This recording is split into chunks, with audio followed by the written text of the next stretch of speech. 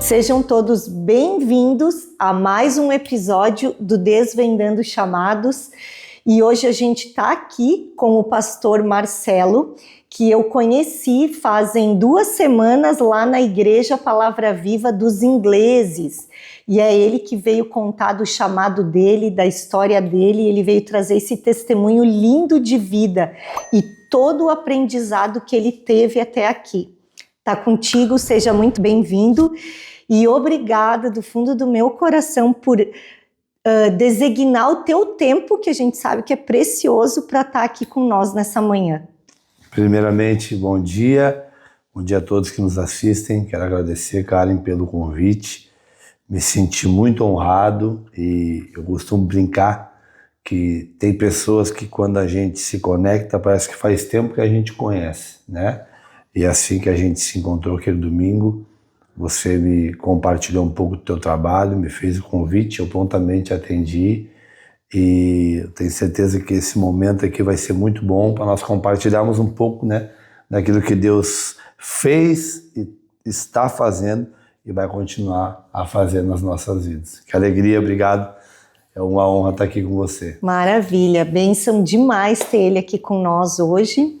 E a primeira pergunta que eu queria te fazer: como que tudo começou? Quando que Deus tocou no teu coração? Quando que tu sentiu que Ele estava te chamando? Qual foi o ponto? Eu sei que são 20 anos aí de caminhada, mas teve um momento que tudo iniciou nessa caminhada. E eu queria te pedir para contar isso para nós aqui hoje. Muito bom. Pois então, eu sou natural de Porto Alegre, né? Nasci e fui criado na periferia, no bairro chamado Restinga. E eu fui adotado com 5 dias. Minha mãe biológica me deixou no hospital lá chamado Santa Casa. E com 5 dias a minha mãe adotiva e meu pai me pegaram e a partir dali começaram a cuidar de mim. O ambiente dessa família, meu pai policial militar, minha mãe era mãe de santo. Ela tinha uma casa de religião muito frequentada, muito conhecida. Minha mãe, por muitos anos, ela foi mãe de santo de políticos, de gente influente dentro da cidade. Então minha casa vivia sempre cheia de gente. Minha irmã, mais velha, cuidava de mim. As lembranças que eu tenho foram isso. Então eu tive essa infância que eu tive cuidado, tive carinho, mas com muitas questões internas que eu não entendia o porquê.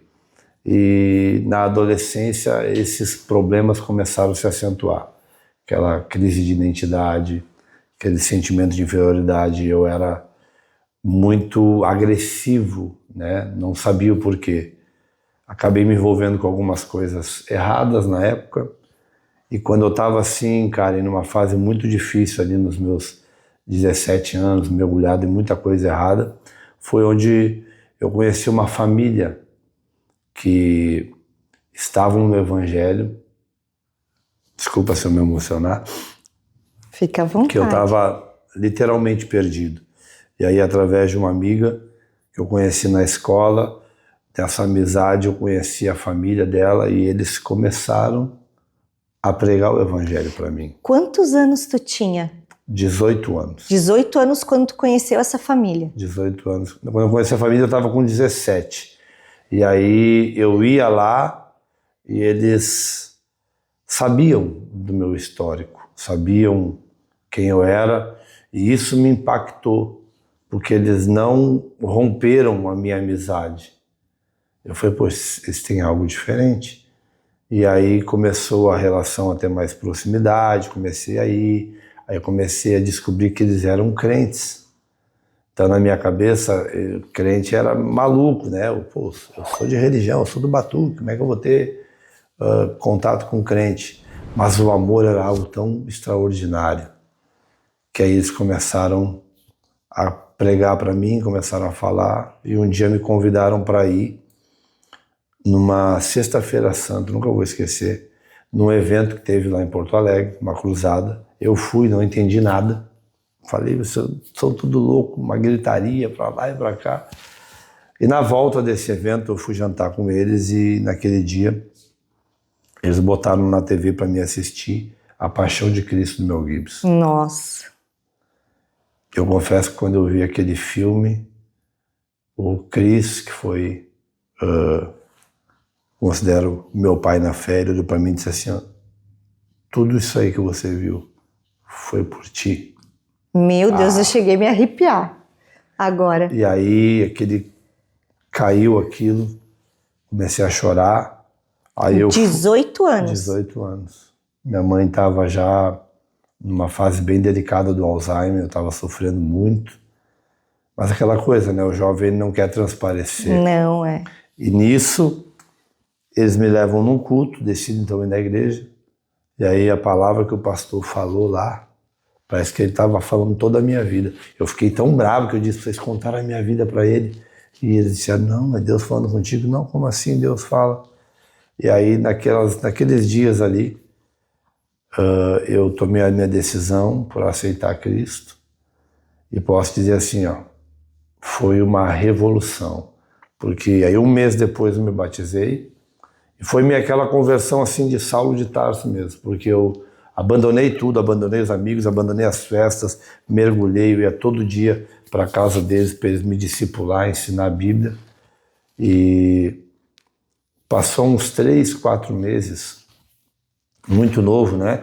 Muita influência pentecostal, porque a tia Neca, quero fazer menção a ela, a tia Neca é uma mulher de Deus, cheia do Espírito Santo, assembleiana roxa.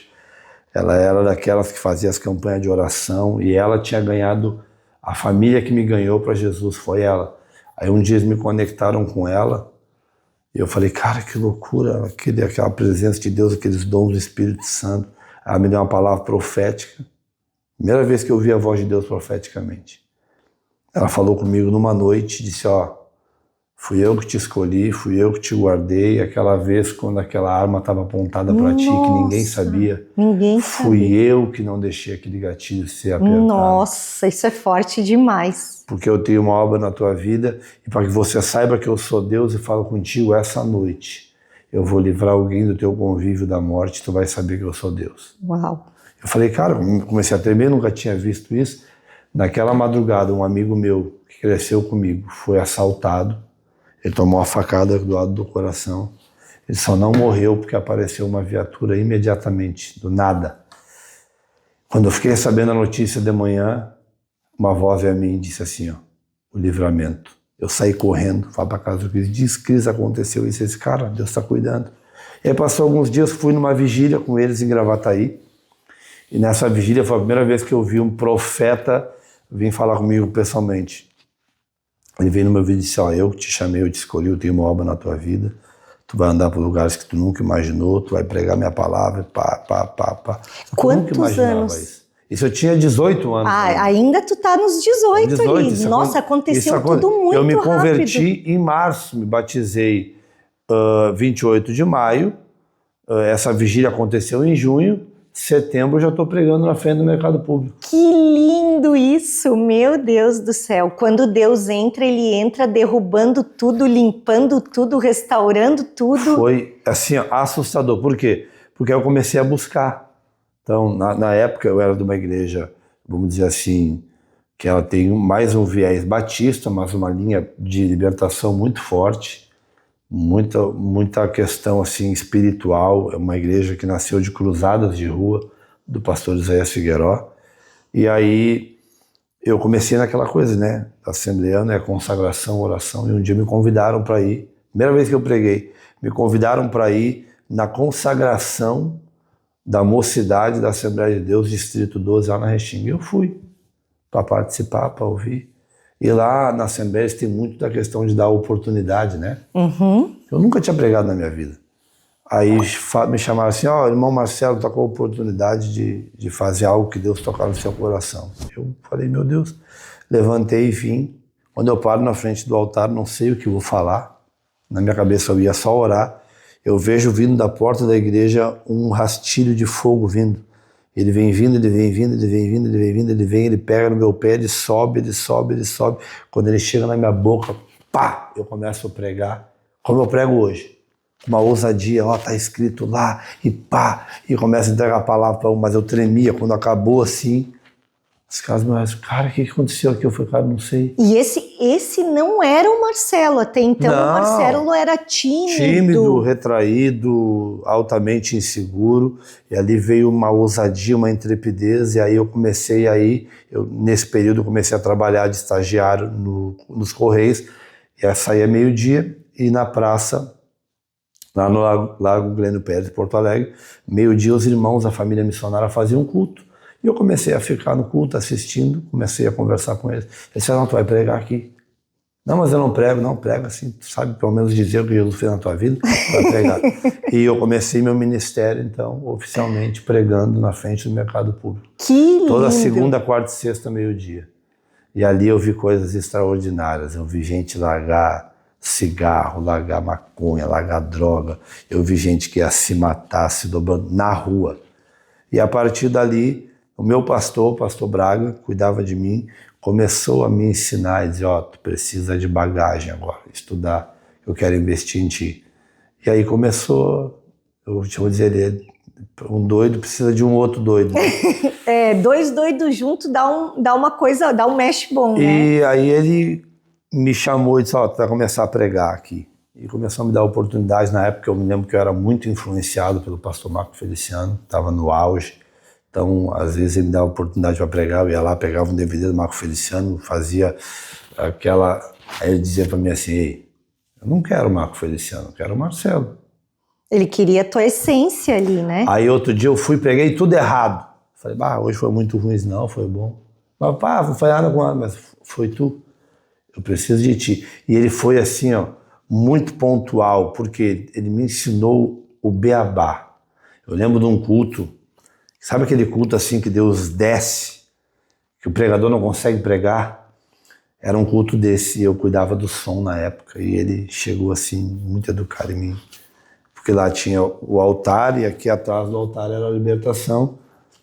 E disse pra mim assim, vai lá para trás e fica intercedendo pelo pregador. Eu falei, meu Deus, pô, logo hoje que o culto tá assim. Fui contrariado. Não gostou? Não. Saí que nem o Chaves, o bingo, chutando pedra. Aí fiquei uns 5 minutos lá. E aí desceu aquela glória de Deus na igreja. Eu falei, não vou ficar aqui, eu vou lá receber. Aí saí, fui para lá. Daqui uns 5 minutos ele vem, chega no meu ouvido e diz, o que tá fazendo aqui? Eu vim receber. Eu não falei que é para tu ficar lá atrás? Voltei. Aí já acabou o culto para mim, né? Acabou o culto, ele me chama na salinha. Senta aí. Eu falei, o que houve, pastor? O que eu mandei tu fazer? Interceder. E o que tu fez? Fiquei na frente. Pois então, a tua bênção hoje estava na obediência. Assim, ó, é muito lindo. Eu preciso pegar um gancho disso que tu está falando, porque é extremamente importante. Na maioria das vezes, a gente está num lugar, ou na igreja, ou em casa, nas nossas orações, sempre buscando receber. E a gente acha que a bênção está só no que nós pedimos. Não é que ela não está no que nós pedimos. Mas olha a riqueza do que o pastor Marcelo está falando para nós hoje, que a bênção, ela vai estar muitas vezes em você, ser derramada para você na sua vida, quando você dobrar o seu joelho e interceder por outra pessoa, orar por outra pessoa. Olha a riqueza desse aprendizado, não tem como não chamar atenção e trazer os olhos de quem está escutando nós, os ouvidos e os olhos, para esse detalhe. Então, quando Deus estiver te chamando para orar para alguém, por interceder por alguém, não pensa 2 vezes. Vai lá, dobra o teu joelho e ora. Não só na intenção de querer receber a bênção, né? Se você obedecer, mas por aliança. Porque o caminho, ele não é por conveniência, ele é por aliança, ele é por amor. E Jesus ensina isso para nós o tempo todo que ele estava nos 3 anos e meio de ministério dele. E isso, sabe, cara, me marcou, porque aí ele continua e disse assim, ó, tua bênção estava na obediência. Eu comecei a chorar. Ele disse, ó, vou te dizer uma coisa, Marcelo, tu vai chorar, tu vai espernear, vou chutar tuas canelas, mas eu vou fazer de você um homem de Deus. E ali eu tive o privilégio de ser o cara que carregava a mala dele quando ele ia pregar. Eu me emociono porque ele tomou muita pancada por ter investido em mim. Porque toda a igreja tem os mais antigos, né? E aí quando ele me dava o púlpito para pregar, muita gente me dizia, como é que tu coloca um moleque desse?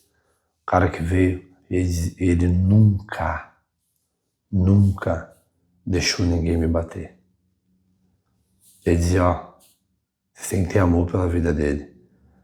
Ele sempre me protegeu do público, mas me corrigia no privado. Que lindo. Sempre. Isso é ser um líder de verdade, né?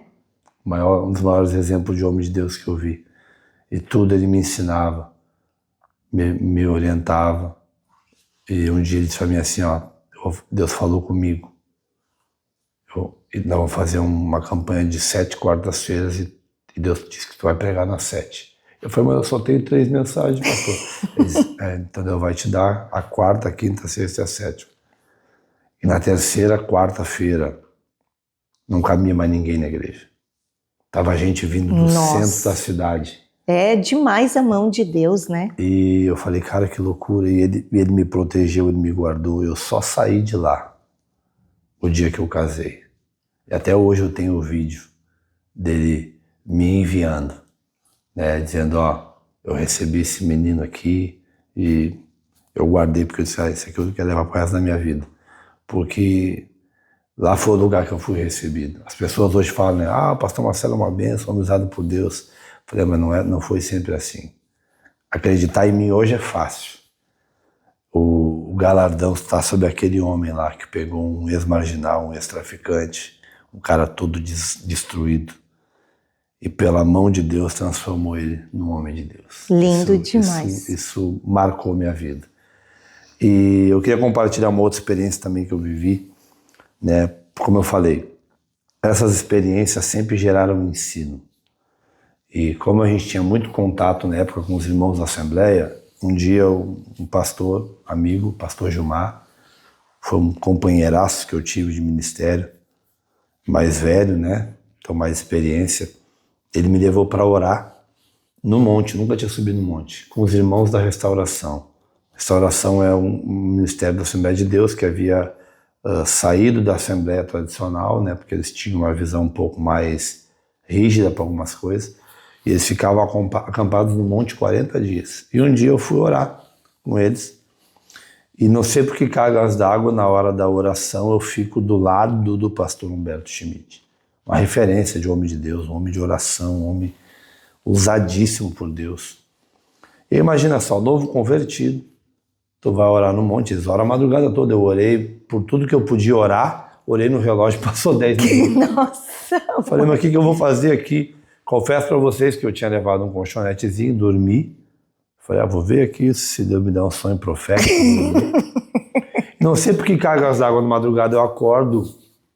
Eu vou falar isso com detalhes porque isso aqui fala de uma intimidade que marcou minha vida. Daí eu acordo, eu estou do lado do pastor Humberto e eu começo a ouvir ele orar. Eu falei, vou ver como é que ele ora. Ele orando bem assim, ó. Deus, quem eu mando para a igreja de Massachusetts? Eu preciso que o Senhor me fale. Eu pensando, cara, mas que nível é esse? Na boca ele diz assim, Senhor, eu preciso de $400 mil. Que lindo isso! Para enviar para a igreja. E falou a cidade que eu não me recordo, nos Estados Unidos. Só que eu disse, cara, Ele está pedindo 400 mil dólares como se quem tivesse pedido R$1. Eu não tinha chegado, eu nunca tinha visto aquilo. O nível de intimidade. Daqui um pouco, eu não sei o que me deu, cara.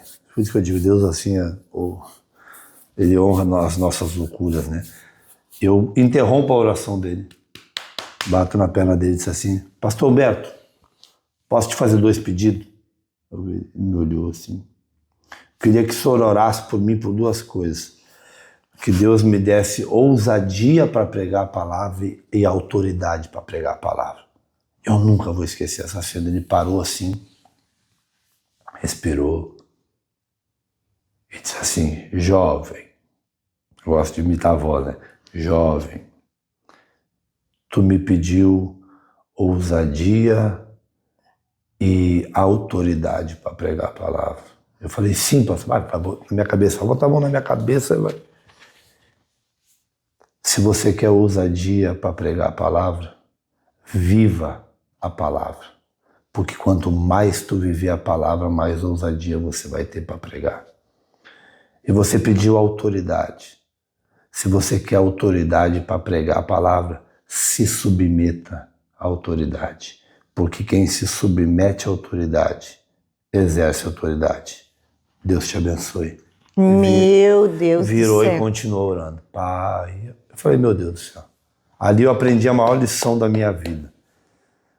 E então, dentro do que nós estávamos conversando, essa construção desse mover pentecostal, mas muito atrelado ao ensino, foi o que moldou a minha identidade, o meu DNA. Então, o pessoal que me conhece sabe, eu sou apaixonado pelo ensino, eu amo dar aula, eu amo ensinar, o que eu amo fazer é nós sentar numa mesa, tomar café e se tiver que ficar 12 horas falando de Bíblia, para mim parece que foi 10 minutos. Esse é o que queima no meu coração.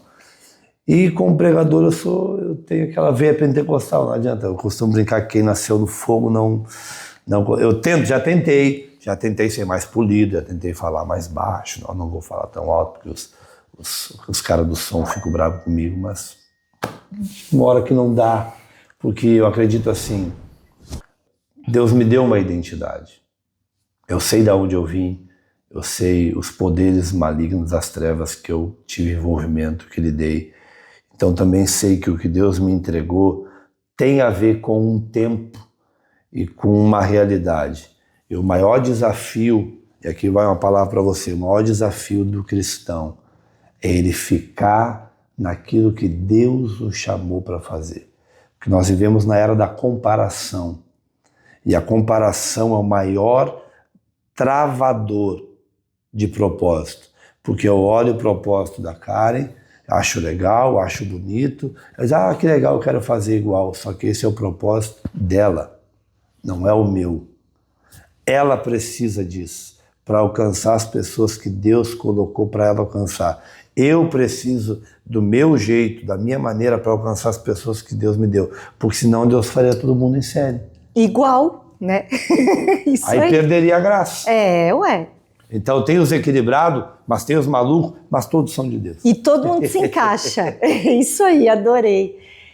E aí foram 20 anos, desde que tu teve lá nos teus 18 anos, esse chamado, essas visões, esse encaminhamento, tu viveu teus processos, a tua forja. Deus tem uma forja para cada um chamado, para cada um escolhido, e faz parte para que literalmente a gente consiga desempenhar o chamado com ousadia e com autoridade em Cristo. E muito, muito lindo que tu explicou para nós. E eu tenho uma pergunta assim, dentro de toda essa caminhada, qual foi o maior desafio do Marcelo para não abandonar o chamado dele? Porque em muitos momentos tu fez essa comparação. Nós somos humanos, né, Marcelo? Eu seguidas vezes me pego comparando e cometendo o erro de olhar para trás. Hoje eu já olho quase nada perto do que eu olhava no começo. Mas hoje eu estou muito focada em olhar para frente, caminhando pela fé, porque a gente sabe que ser cristão é aprender a caminhar, a ser guiado pelo Espírito Santo, aprender que essa caminhada é pela fé. Que a gente não tem o projeto todo numa planilha, num esboço, que vai ser um dia de cada vez, vai ser uma semana de cada vez, e existe um processo em que a gente está inserido, que eu chamo de forja, né? A forja divina, e que ela vai nos moldando para que a gente consiga cumprir esse chamado com excelência. Qual foi, dentro dessa conversa aqui que a gente está, o teu maior desafio? Aquilo que tu disse, meu Deus, como foi difícil para mim conseguir. Para mim, o que mais pegou foi... Eu nunca gostei de dieta. E nunca fiz essa coisa de jejum intermitente, nunca deu certo para mim. Então, quando eu entendi que ser cristão, caminhar com Jesus e honrar o teu chamado, que foi o que Jesus nos ensinou, nossas maiores armas e ferramentas é silêncio, oração, com o joelho dobrado e jejum. A gente sabe que não tem outra receita, é isso, é sobre isso. E aí eu fico me perguntando que para mim o jejum foi desafiador. Uma pessoa que eu sempre fui boa de garfo, né? E então amo fazer jejum hoje para Cristo, porque para mim faz sentido. Então antes não fazia sentido. Para que eu vou fazer para emagrecer? Eu não me preocupava com isso. Mas hoje, quando eu entendi, quando eu acabei de ler essa Bíblia aqui, né? Fez sentido para mim. O grande poder e o significado do jejum e da oração e do joelho dobrado. E hoje eu faço com amor, mas não significa que às vezes quando o Espírito me pede algo mais forte, por alguma causa nobre, porque nada que ele pede, nada que Deus pede para nós é sem propósito e sem grande propósito, né? E eu faço, mas eu me vejo ainda imatura, tá? Espiritualmente, às vezes me vejo murmurando, dizendo, nossa, não tô aguentando, esse jejum tá muito forte para mim. E eu vejo que é a minha forja. Eu vejo o nível de maturidade espiritual e emocional que o jejum me trouxe junto com a oração.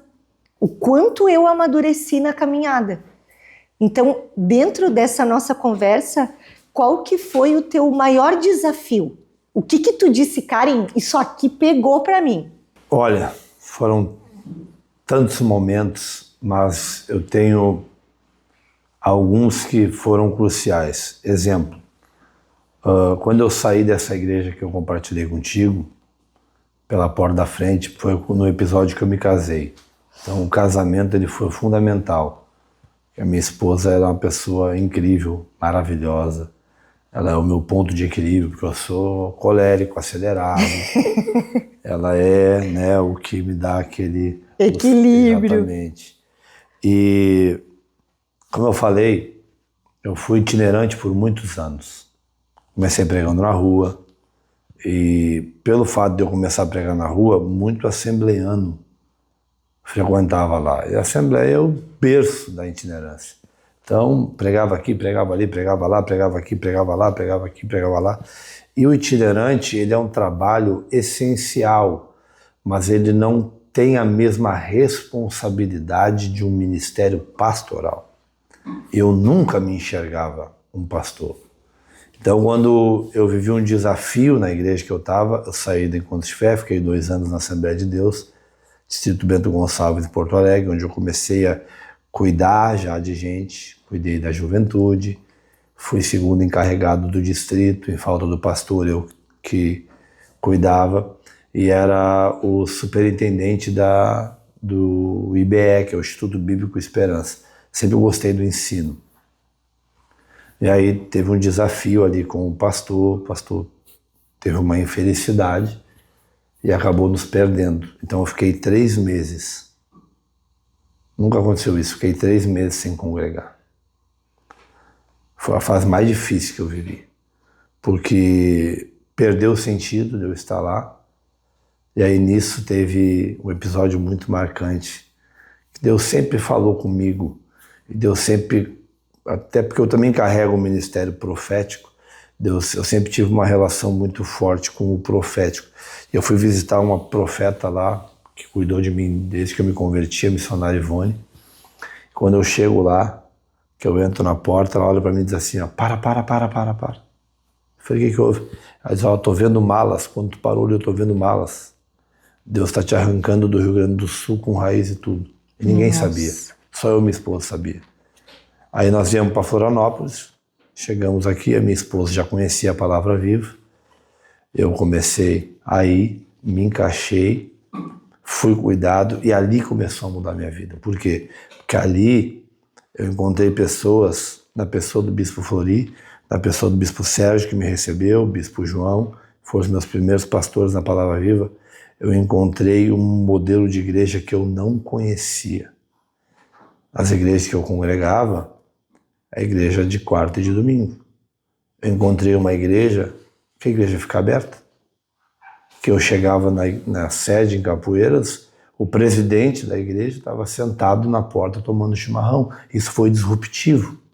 Falei, opa, tem algo aqui. E ali, o Bispo Sérgio na época disse, ó, tu tem um chamado pastoral? Eu falei, não tem. Não acreditava. E esse processo foi muito delicado. Muito delicado. E é até hoje que eu sou uma pessoa que eu tenho uma personalidade. E às vezes o pastor ele tem que ter o trato, né?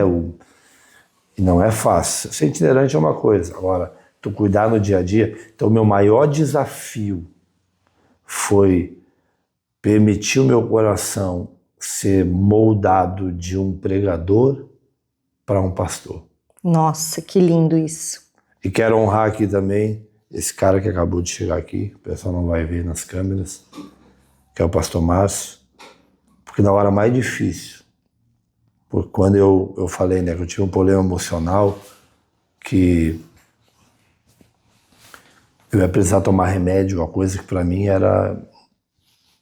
não cabia na minha teologia. Eu vi na teologia que era demônio, quem está em depressão está endemoniado. E quando o médico disse, vai ter que tomar remédio, a primeira pessoa que eu falei foi com o Márcio. Pastor Márcio, porque eu sabia que ele já tinha feito tratamento. Eu falei, ô nego, me ajuda. Ele viu que eu estava agoniado, eu peguei e falei para ele. Ele disse, ô nego, relaxa, tu vai ficar bem. Ele orou comigo. Ele me deu o suporte. Eu brinco com ele, né, que a gente, é que nem cão e gato, a gente se pega, diga, mas eu tenho um carinho por ele, porque nas dois momentos, nas horas de maior dor que eu vivi, o pastor Márcio foi instrumento de Deus. E vou contar um outro, se tu me permitir. Pode contar. Porque eu tinha muita dificuldade com generosidade. Porque eu vim de um lugar onde não se ensinava isso na prática. E caminhando com o Bispo Sérgio, caminhando com o Bispo João, com o Bispo Flori, eu comecei a ver um nível de generosidade que eu não conhecia, mas eu ainda tinha dificuldade. E aí um dia, na pandemia, minha esposa decidiu abrir ela tem uma graça assim, com coisas de cozinha, ela começou a fazer umas empadas para vender, nós botamos no iFood. Aí pensa naquela expectativa, né? Agora vai bombar, Deus é com a gente, vai dar tudo certo. Abrimos o iFood, fizemos um monte de empadinha, não vendeu nada, não tocou uma vez. E eu vi que ela sentiu, sabe? Foi, ô Jesus, e agora? Tá com pouco. Recebo uma ligação. Quem era? Pastor Márcio Madaloni. E aí, nego, como é que tá aí as empadinhas? Eu falei, pois é, nego, tá devagar. Não vendesse. Falei, não vendeu nenhum. Quantas tem aí? Falei, tem umas 20. Traz pra mim aqui. Falei, traz pra mim. Só que eu sabia que a situação também estava apertada. Pandemia, igreja fechada. O pastor Márcio, na época, estava cuidando da saúde dele. Nós tínhamos acabado de perder um pastor amado, querido. E estava todo mundo... Eu fui lá, levei. E eu voltei, eu nunca esqueço, eu voltei com aqueles R$100 no carro, chorando. Não pelo dinheiro, mas porque ali ele me ensinou a ser generoso. E generosidade não é quando a gente tem de sobra, é quando tem um coração generoso. E ali aquilo me quebrou, e eu falei para ele dias atrás, falei, cara, sou grato a Deus, porque quem recebe nunca esquece. Eu não esqueço de nenhuma pessoa que, quando eu não tinha passagem para ir no culto, pagaram uma passagem para mim, pagaram um lanche para mim. Eu digo todo dia para minha esposa, tudo que Deus tem me dado, que Deus vai me dar, eu quero poder abençoar pessoas que lá atrás investiram para que eu pudesse chegar aqui. Porque sabe, cara, a gente vive num mundo que as pessoas tratam o relacionamento como descartável. Então a Karen me ajudou muito tempo, mas ela errou comigo, eu anulo o que ela fez. Aí eu pergunto, isso é o Evangelho de Jesus? É. O Evangelho de Jesus é o Evangelho de que ele está sendo traído, mas ele está chamando o traidor de amigo. E ali eu aprendi que a traição não pode mudar quem eu sou. A traição precisa revelar quem eu sou. A traição de Judas revelou quem Jesus era. E para Jesus, Judas era amigo. Tanto é que Jesus nunca proferiu palavra pejorativa sobre Judas. Quem chamou Judas de ladrão foi João, não Jesus. A traição de Judas não mudou quem Jesus era. Jesus terminou acreditando e chamando Judas de amigo. Quem decidiu não ser amigo foi Judas. Então, essa é uma das facetas do Evangelho que nos faz, muitas vezes, quando nós não seguimos ela, faz nós olhar mais para o erro do que para os acertos. E aí a gente rompe. E aí eu não concordo com o que a Karen falou, então eu me desligo da Karen, abro o meu trabalho independente. Um dia a pessoa perguntou, pastor, por que tem tanta igreja? Eu falei, existe tanta igreja não pela vontade de Deus, mas pela dureza do coração do homem. Nossa, é isso. Eu estou aqui debaixo da autoridade da Karen. A Karen dá um direcionamento, eu sou vaidoso, eu não quero me submeter, eu saio e coloco a fatura. Não, Deus me dá uma palavra para abrir uma igreja. Então Deus tem que abrir uma igreja por causa de um coração que não é capaz de se submeter? É. Por isso que a gente vê os absurdos que a gente vê.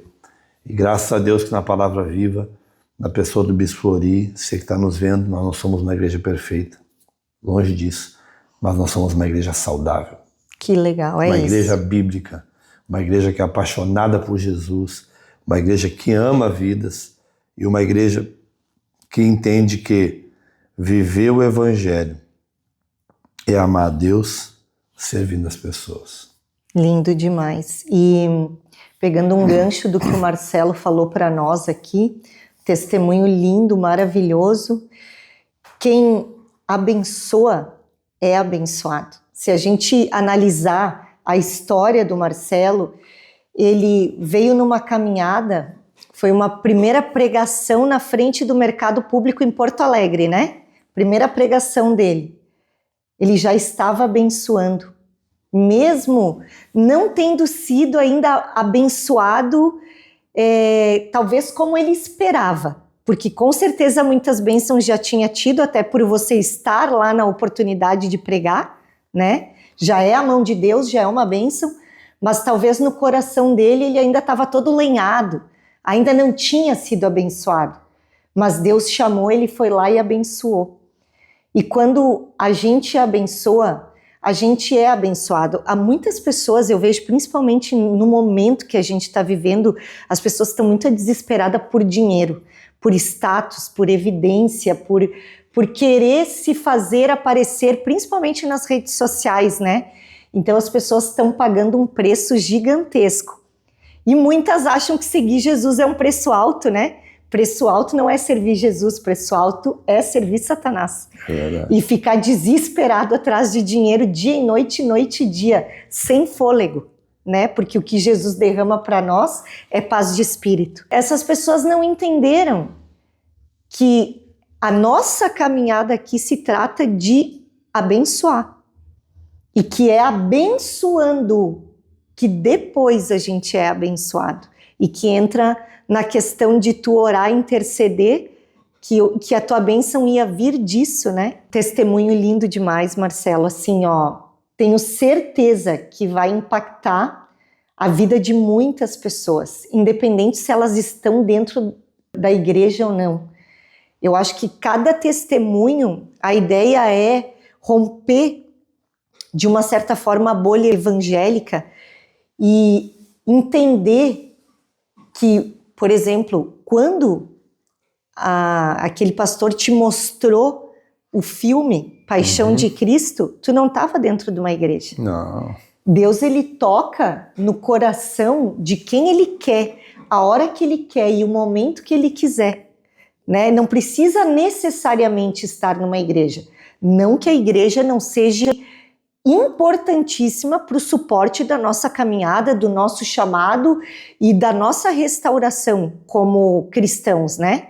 Não nesse sentido, mas que Deus entra a hora que Ele quiser, o momento que Ele quiser, e Ele toca o teu coração, e Ele transforma, e Ele restaura, e Ele cura, e Ele liberta, e Ele te coloca numa nova roupa e numa nova condição de vida, para te seguir Ele, para te honrar teu chamado. E é sobre isso o nosso podcast, é sobre te ajudar a entender quando você está sendo tocado e a te encorajar a você abraçar a sua caminhada e chegar, por exemplo, que nem o Marcelo chegou, em ter coragem de estar aqui sentada, porque eu passei por uma história onde eu fui muito agredida fisicamente, psicologicamente, e hoje eu tenho coragem de estar sentada aqui, de estar dando, porque a gente dá a cara para bater. Muito fácil é falar nos bastidores de todo mundo, difícil é dar a cara para bater. Principalmente na época que a gente está em nome de Jesus, né? Eu vou encerrar aqui, mas não antes de pedir para te deixar uma mensagem para essa galera toda que vai nos assistir aí. E para a gente conseguir o teu chamado, com o meu chamado, transbordar, né, Marcelo? Na vida de mais pessoas. Tudo pela obra do Senhor. Por Ele, para Ele e com Ele. Muito bom, cara. Mais uma vez, agradeço o convite. Acredito que a gente conseguiu compartilhar um pouco, né, daquilo que eu costumo brincar, que a vida do cristão ela é um livro inacabado. É como a continuação de Atos dos Apóstolos. E eu quero pegar o gancho do nome do podcast para compartilhar uma palavra. O nome do podcast é Desvendando Chamados. Nós vivemos numa geração que confunde chamado com autopromoção. Vivemos numa geração que confunde chamado com algo que está acima de tudo e de todos. Só que a referência de chamado é Cristo. E ele vai dizer qual que é o chamado bíblico. O Filho do Homem não veio à terra para ser servido, mas para servir e dar a sua vida em resgate por muitos. Então anota o que eu vou dizer aí. Se o teu chamado não te leva a servir pessoas, ele não vem do céu. Número 2, nós vivemos numa geração que troca propósito por proposta. Quantas pessoas eu conheci que trocaram o seu chamado, o seu propósito por proposta? E quem vive por proposta nunca vai viver por propósito. E a terceira coisa para finalizar.